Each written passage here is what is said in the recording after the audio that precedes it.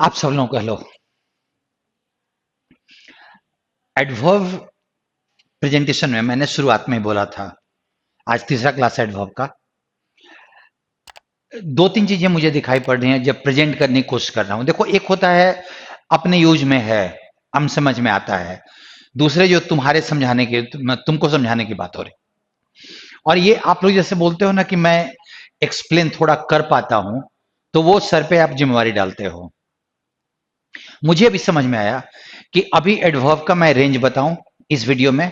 Adverb कैसे कैसे words होते हैं, आपको वो कम से कम आइडिया लग जाए कि रेंज का क्या हालत है।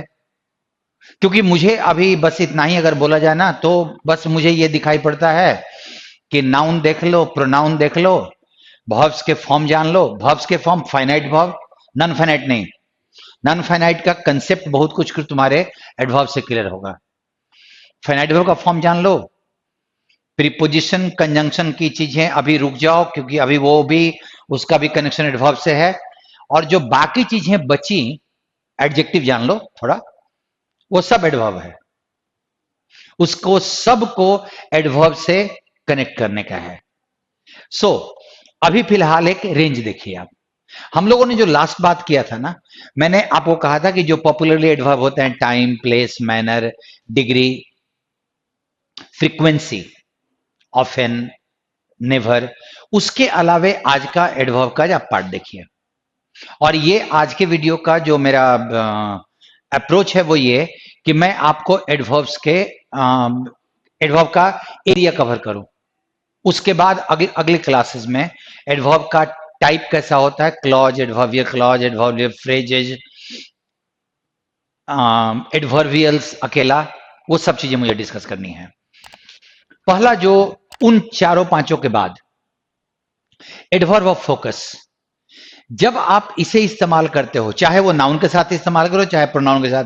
जैसे मैं बोलूं only Ram, only 3 pieces of clothes, तो दिस इज ओनली का जो इस्तेमाल हो रहा है, I have just 3 rupees, I have just 10 rupees in my hand. ये जो वर्ड्स हैं, ये सारे किसी नाउन पे या किसी, चूंकि एडवर्ब है तो किसी भी पार्ट में, he only acted as a, he only acted. अगर मैं लिखूं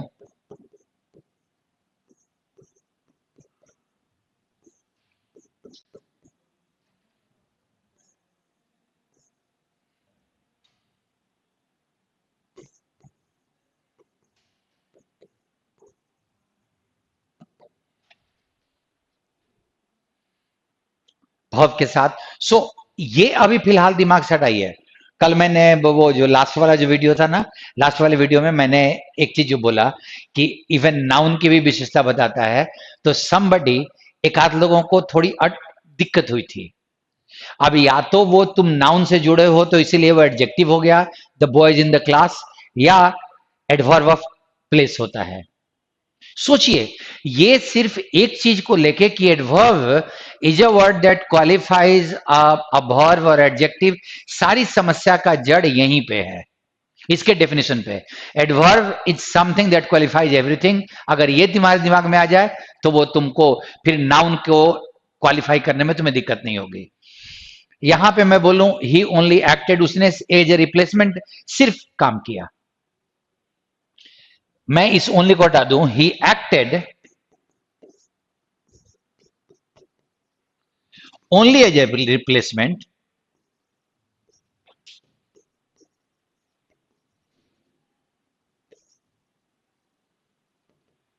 तो यहां पे ये एक्टेड को इंफेसाइज करने के लिए, फोकस करने के लिए, और यहां पे एज ए रिप्लेसमेंट, रिप्लेसमेंट को यहां ये ओनली एज ए रिप्लेसमेंट, ये ओनली इस प्रीपोजिशन को इंफेसाइज करने के लिए यूज किया गया है। सो ये जो एडवर्ब्स हैं, ये आपके किसी भी पार्ट ऑफ स्पीच पे जोर डालने के लिए यूज किए जाते हैं। पहला, move. Next, adverb of view point, जहां पे आप अपना पॉइंट ऑफ व्यू इस्तेमाल करते हो। और इसमें सबसे पॉपुलर होता है ना, as far as the political condition of the country is concern. From money point of view, from money point of view, so ये तुम्हारा व्यू पॉइंट बताने के लिए है मनी वाइज। उसी इसी को हम लोग ऐसे भी बोलते हैं, हम लोग सीधा मनी वाइज भी बोल सकते हैं। एंड एडजेक्टिव में वाला आके तो व्यू पॉइंट बताया ही जाता है। Strategically this is a good move. So ये तुम्हारे एडवर्ब्स हैं। अभी आप एक बात ध्यान रखना कि आपके मन में जो लोग एडवर्ब को परस्यू कर रहे हैं उनके मन में बहुत सारे क्वेश्चंस आएंगे, लेकिन इन क्वेश्चंस का जवाब बहुत कुछ अगले वाले वीडियोस में क्लियर होगा। अगले वाले में इसका बहुत कुछ जवाब क्लियर होगा। फिलहाल अभी अभी का काम आपको टाइप्स बताना है, इसीलिए मेरा रिक्वेस्ट कि आप खाली समझते रहो। एडवर्ब ऑफ ट्रुथ, देखना एक मे बी जो वर्ड होता है ना, ये भी एडवर्ब है। मे और बी अलग अलग कर दो तो मे तुम्हारा ऑक्सिलरी हो गया मॉडल, और बी वहां पे भी1 पार्ट हो गया बेयर इन्फिनिटिव। लेकिन अगर वो मे बी एक साथ लिखो तो ये परहैप्स का मीनिंग देता है, प्रोबेबली का मीनिंग देता है। Certainly, undoubtedly, basically, clearly, allegedly, of course, on the whole, in my, और फिर जो मेरे opinion, in my opinion, I think, I am sure, I expect, ये सारे एडवर्ब ऑफ ट्रूथ हैं। कोई एडवर्बियल फ्रेज है, सॉरी एडवर्बियल्स है, कोई पूरा का पूरा एडवर्बियल क्लॉज है। ये आप ध्यान रखिएगा, क्लॉज मींस कंप्लीट सेंटेंस। अब इसको हम लोग इसको एडवर्बियल क्लॉज बोलेंगे। अब आई थिंक में हम ये बोलेंगे ये सब्जेक्ट प्लस वर्ब है, बट अगर ये सब्जेक्ट प्लस वर्ब होता तो इसका टेंस में बहुत आई थिंक आखिर कौन सा टाइम बताता है। अगर जरा सोचना कि ये एक सब्जेक्ट प्लस वर्ब है और थिंक तुम्हारा प्रेजेंट इंडेफिनिट है, तो I think he was wrong, ये आई थिंक टाइम कौन सा बता रहा है। और अगर ये टाइम कोई तुम अभी कंफ्यूज हो कि ये कौन सा टाइम बता रहा है, तो याद रखना चूंकि ये एडवर्बियल फैक्ट बताने वाला पार्ट है, इसीलिए इसका टाइमिंग नहीं डिसाइड किया जाता आई थिंक के साथ किसी भी टेंस का। I think he will come in 10 minutes, I think you were wrong at that point of time. So I think चूंकि तुम्हारा ओपिनियन ट्रुथ बताने के लिए, तुम्हारा ओपिनियन बताने के लिए इस्तेमाल किया जाता है, दैट इज वाई ये एडवर्ब है। क्लॉज हो, एडवर्बियल्स हो, फ्रेज हो, सिंगल वर्ड हो, कोई मतलब नहीं बनता। एडवर्ब ऑफ कमेंट और रिएक्शन, आप देख लो, जब आप इसको बोलते हो लकली ही वाज, अभी इसका यूज कैसे होगा मैंने कहा अगले क्लास में डील करूंगा। फिलहाल अभी आप एडवर्ब को, एलवाई लगा हुआ एडवर्ब है, बट ये करता क्या है, luckily the driver did not get hurt in the accident. अब जरा सोचो कि इसमें लकली पूरे सेंटेंस को क्वालिफाई कर रहा है। सो आप ये ध्यान रखिएगा कि एडवर्ब ऑफ कमेंट या रिएक्शन बहुत बार पूरे सेंटेंस के लिए यूज किया जाता है। Surprisingly nobody could answer the question, the entire sentence, the entire situation that is being given by the sentence is surprising to me। किसी ने जवाब नहीं दिया, ये पूरा वाक्य मेरे लिए सरप्राइजिंग है। इसको एक और तरीके से लिखा जाता है, to my surprise, to be honest. आप या तो ऐसे लिखो, नहीं तो टू बी ऑनेस्ट भी लिख सकते हो, टू माई सरप्राइज भी लिख सकते हो। अगर आप यहां डिटरमाइनर लगा रहे हो, नाउन रखो, ये टू चूंकि भी1 के साथ है, he could solve a few questions to his surprise, to his disappointment। to his disappointment का मतलब disappointedly। ये तुम्हारे एडवर्ब ऑफ, मैं कमेंट कर रहा हूं, मैं अपना रिएक्शन दे रहा हूं, या उसका रिएक्शन बताया जा रहा है। he was disappointed because he could solve only a few questions। Only भी यहां एडवर्ब, इसीलिए एक ग्रामेरियन ने बड़ा अच्छा कहा था कि the road to the hell is paved with adverbs. नर्क का रास्ता एडवर्ब से होकर जाता है। उसने बड़ा अच्छा लिखा था, अमेरिकन ग्रामरियन थे। उन्होंने लिखा कि यू सी समटाइम्स इनॉक्वस लुकिंग विड, मैं एग्जैक्टली सेंटेंस मुझे नहीं याद है लेकिन मैं थीम बता रहा हूं, innocuous looking weed by the side of the road. Weed होता है एक कोई खरपतवार, इनॉक्वस मतलब हार्मलेस। आपको एक दिन दिखाई पड़ेगा कि रोड के किनारे एक हार्मलेस टाइप का खरपतवार पड़ा हुआ है, and in a day or two you will find that the weed has covered the entire path. रास्ते पे पूरा का पूरा बिछ गया है वो पूरा खरपतवार।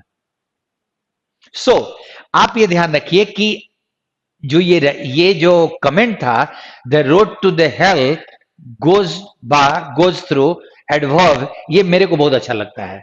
नर्क का रास्ता एडवर्ब से होके जाता है। इतना ज्यादा एरिया है, आप सोचिए ना कि किसको हम लोग क्या बोलेंगे। ये तो डिडक्शन से ही समझा जा सकता है, भाई ये एडजेक्टिव नहीं है, सब्जेक्ट नहीं है, वर्ब नहीं है, जो बच गया वो एडवर्ब है, एडवर्ब ऑफ कंडीशन। अब अगर मैं इफ और अनलेस रखा तो आपको यह सीधा लगेगा कंजंक्शन। मैंने यही बोला है कि ऐसा कोई in case of, in case, if, unless, suppose, supposing, provided, lest, ये सारे एडवर्ब्स होते हैं। अब जब सेंटेंस में यूज करेंगे तो वो जो टाइप समझना है, फिलहाल अभी समझिएगा कि कंडीशन बताने वाले शब्द भी एडवर्ब के ही पार्ट में आते हैं। आगे देख लो, एडवर्ब ऑफ रीजन भी, ये सारे एडवर्ब हैं। मैंने कुछ ऐसे वर्ड्स दिए हैं जिनका सबका मीनिंग बिकॉज के सेंस में हो सकता है। इन व्यू ऑफ द हीट, अगर मैं तुमको बोलूं, मैंने अभी बोला कि बिकॉज के सेंस में होता है तो थोड़ा अटपटा लगेगा, क्योंकि हम लोगों ने बिकॉज को इतना पॉपुलरली यूज किया है कि इन व्यू ऑफ को हम लोग दिमाग में रखते हैं के दृष्टिकोण से, के पॉइंट ऑफ व्यू से। अब मैं बोलूं all the educational institutions have been closed in view of the heat, जरा ध्यान देना, all the institutions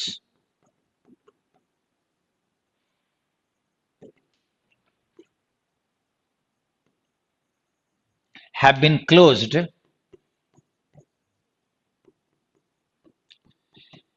in view of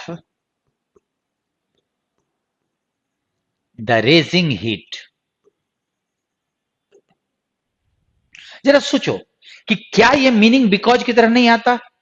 आपको अगर कोई नई चीज मिले और अगर वो बिकॉज के सेंस में नहीं फिट हो रहा है तो एक बार इसको रिफ्रेज कर दो ना,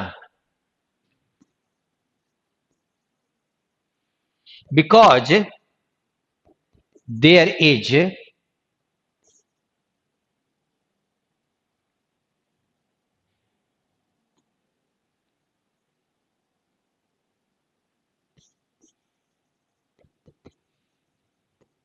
रेजिंग हीट। देख लो क्या मीनिंग में अंतर पड़ा। तो अगर मैंने बोला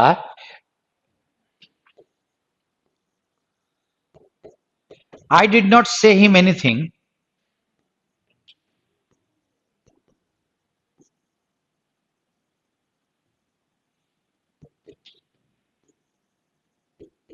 out of respect।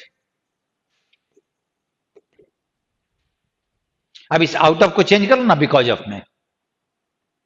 अब बहुत लोगों को आउट ऑफ लगता है ना, out of Patna, out of Bihar, out of Delhi. इधर में जगह रख लेते हैं, भाई जगह रखोगे वहां पे वो एडवर्ब ऑफ प्रीपोजिशन है, सॉरी एडवर्ब ऑफ प्लेस है, और यहां पे ये एडवर्ब ऑफ रीजन है, बिकॉज ऑफ। सो आपका इसको आप अभी देख लो कि ये इनका भी मतलब बिकॉज ऑफ ही होता है, बिकॉज होता है, और आपको रिफ्रेज करना है, दूसरे तरीके से लिखो। अगर वो मीनिंग उसका आप उसका यूज कर पा रहे हो तो इसका भी मीनिंग वो है। Next please, adverb of purpose. अब देखो तो, so that, in order that, कैसे यूज करते हैं अभी अगले क्लास में, क्योंकि बार बार मेरे को लगता है कि जब आप मेरी बात सुन रहे होगे तो आपको लगेगा कि ये एडवर्ब कैसे हो सकता है। एडवर्ब सिर्फ अपने फंक्शन से पहचाना जाता है। उद्देश्य बताने वाले शब्द, फ्रेज, क्लॉज एडवर्ब होते हैं। Welcome to that. उद्देश्य, इन ऑर्डर टू, आप लोग सुने होंगे सो दैट, आपने सुना होगा। सो दैट की जगह पे so as to, in order की जगह पे इन ऑर्डर टू की जगह पे in order that, preposition conjunctions. Adverb of concession contradiction, अब आप जरा देख लीजिए। Though, although, in spite of, however, notwithstanding, nevertheless, सब एडवर्ब्स हैं। यूसेज मैं बताता हूं आपको अभी इसका area, and then there is, मैं अभी थोड़ा सा रुकता हूं। मैं अभी, आप जरा एक बात समझो। एडवर्ब ऑफ प्लेस हो गया, एडवर्ब ऑफ टाइम हो गया, एडवर्ब ऑफ मैनर हो गया, एडवर्ब ऑफ फ्रीक्वेंसी हो गया, एडवर्ब ऑफ डिग्री हो गया, and then reason, purpose, contradiction, comment, view point, ये सारे जो एडवर्ब आपने किए, ये इनके अलावे कुछ एडवर्ब्स ऐसे होते हैं जिनको हम लोग लिंकिंग एडवर्ब कहा जाता है। वो किसी ग्रुप में वो नहीं बैठ रहे हैं, इसलिए नहीं दिया गया है। ये लिंकिंग एडवर्ब्स आप देखो। Also, instead, otherwise, or else, then, likewise. Otherwise जानते हो ना, you will have to work hard, otherwise you will not get what you are dreaming of. वो अदरवाइज वहां पे एडवर्ब है। इसमें आपको कंजंक्टिव एडवर्ब्स का कंसेप्ट देखना होगा, that we will do in the next class. Next, as well, too, in addition, furthermore, moreover, besides, further, and then, on top of that, almost सबका मतलब एक ही होता है। हिंदी मैंने देखा है ना कि हिंदी के थ्रू पढ़ने वाले लोगों को ग्रामर से मतलब नहीं होता, वो इसकी हिंदी कर लेते हैं। अगर आपके सारे शब्दों, अंग्रेजी के शब्द की हिंदी थी और हिंदी के शब्द की अगर अंग्रेजी है, एक भाषा को दूसरी भाषा में कन्वर्ट अगर किया जा सकता है, तो कोई भी भाषा सीखना बहुत ज्यादा मुश्किल नहीं था। लेकिन आप जरा सोचो कि क्या आपने अपनी हिंदी में उसको कन्वर्ट किया, अपने ट्रांसलेशन आपने किए, क्या उससे आपको आपकी अंग्रेजी पे कंट्रोल आ गया? क्या आपने एडिटोरियल को हिंदी से करके सीखा? अगर आप पढ़ने की कोशिश कर रहे हो, क्या आप एडवांस लेवल पे जो पढ़ते हो उसकी हिंदी संभव है? And you would say one thing, not possible. That is I am not saying, if I have to understand the usage of furthermore, अगर मुझे furthermore का यूज सीखना होगा तो मुझे हिंदी नहीं सीखनी होगी, मुझे यह सीखना है कि furthermore stands as also। Use कैसे करेंगे, that is an important factor. वो मेरा काम है, वो मैं करूंगा। लेकिन आपका फिलहाल अभी का काम है कि फर्दर मोर या मोर ओवर, इसके अलावे तो इट इज ऑल्सो कैसे यूज करेंगे, मैं इनके यूजेस को बताऊंगा। अभी अगले क्लास के बाद मैं इनके यूजेस को बताऊंगा। फर्स्टली, सेकेंडली, सब लिंकिंग एडवर्ब्स में आते हैं। Next, in conclusion, to sum up, in other words, or rather, for example. सोचो जरा, फॉर एग्जाम्पल जो बचपन से आप यूज करते आ रहे हो, वो भी एक एडवर्ब था। तो सोचिए कि आपका फॉर प्रीपोजिशन है, एग्जाम्पल नाउन है, लेकिन जब दोनों साथ में मिला तो एडवर्ब है। तो फिर एडवर्ब क्या काम करता है ये तुम कैसे डिसाइड करोगे? और इसलिए जिन लोगों को ये आइडिया था कि एडवर्ब का एरिया इतना बड़ा है, वो बार बार मुझे इंफेसाइज कर रहे थे कि एडवर्बियल्स पढ़ाइए। भाई आप सब लोगों को मैं एक चीज बोलूं, एडवर्बियल्स नहीं, पूरा का पूरा एडवर्ब पढ़ो। खाली एडवर्बियल्स एक फ्रेज का टाइप का हो जाएगा, कुछ ग्रुप ऑफ वर्ड्स हो जाएंगे। कंप्लीट एडवर्ब पढ़ो ना। टॉकिंग ऑफ, ये एडवर्ब ऑफ व्यू पॉइंट है। हाँ भाई, व्यू पॉइंट नहीं, फोकस का एडवर्ब हो जाएगा। बाय द वे, आप कोई टॉपिक बदलते हो ना, कोई बात चल रही है उसमें बाय द वे तुम गए कहां थे, टॉपिक कुछ और चल रहा है, बाय द वे तुम गए कहां थे, वो by the way adverb of changing course of discussion.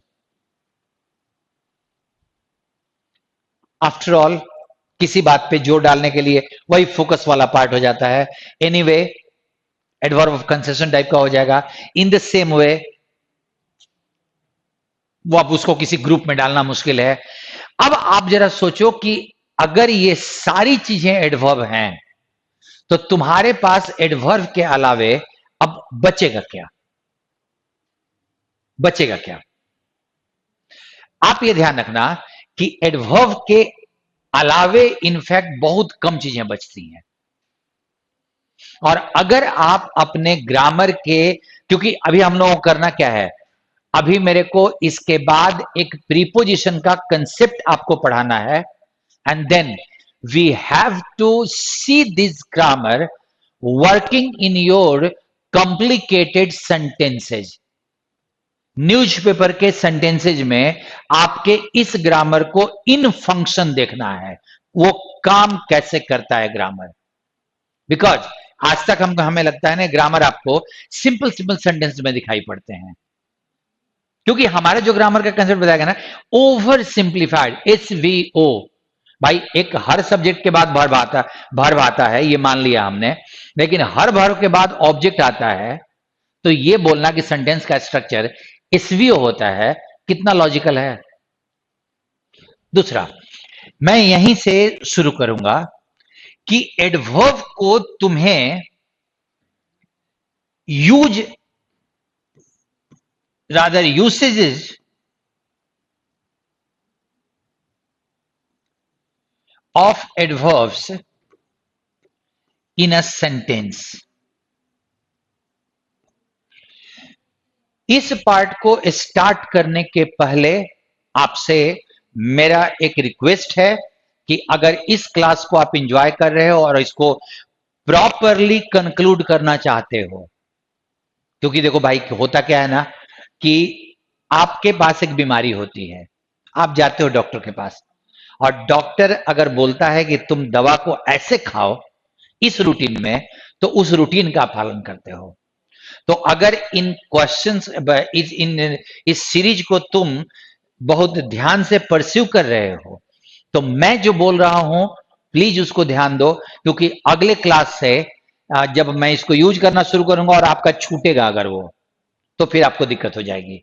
बस आज का ये, आप, अभी मेरा काम था कि मैंने टाइप ऑफ एडवर्ब का रेंज आपको बता दिया कि एडवर्ब का रेंज कैसा होता है। अब तुम्हें करना क्या है कि उस रेंज को अपने दिमाग में बैठाओ और रटने की कोशिश मत करो कि कमेंट है कि ट्रुथ है। तुम्हारा वो बेसिकली क्या फंक्शन करता है। मैं अगर बोलूं कि किसी नाउन या प्रोनाउन के बारे में कोई एक्स्ट्रा इंफॉर्मेशन ना देके अगर एक जनरलाइज कमेंट अगर वो कर रहा है, तो वो एडवर्ब का पार्ट हो जाता है। आपका एडवर्ब करता क्या, एडजेक्टिव क्या करता है कि वो नाउन और प्रोनाउन को या तो क्वालिफाई करता है, नहीं तो मॉडिफाई करता है। जबकि मेरे मेरे हिसाब से दिन चीजें सिमिलर ही हैं।